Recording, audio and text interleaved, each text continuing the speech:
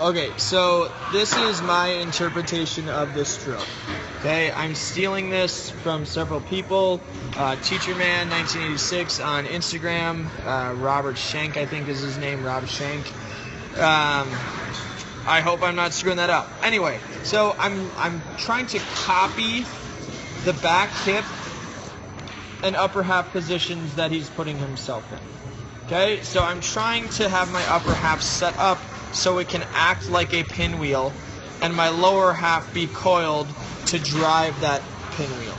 Okay, so even this little forward movement I have, like even though it's subtle, I don't want that at all because everything should be over my right leg. Okay, but I'm doing this okay.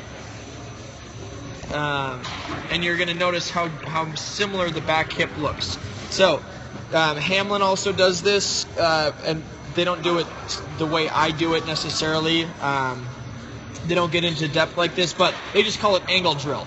Okay, so feet are roughly at like a 35 to 45 degree angle, and it's to set up this back hip and the lead arm so I can understand how to be inside a baseball. Okay, so if you are doing this correctly, it's very easy to hit the ball back to the pitcher's face or as a righty to the second baseman's face. Where kids screw this up, or most of the people that I see, is in this move right here. Notice how my barrel is still up and down, and so is Josh's. We're on a first name basis now. Most kids will flatten out behind them. So where my barrels and Josh's barrels are still up and down, they would be flat behind their body. So like the knob would be pointing at the camera right now. The top of the bat would be pointing at the back wall. The fact that I'm not doing that is the point of this drill. The point of this drill is to teach you what these things should feel like.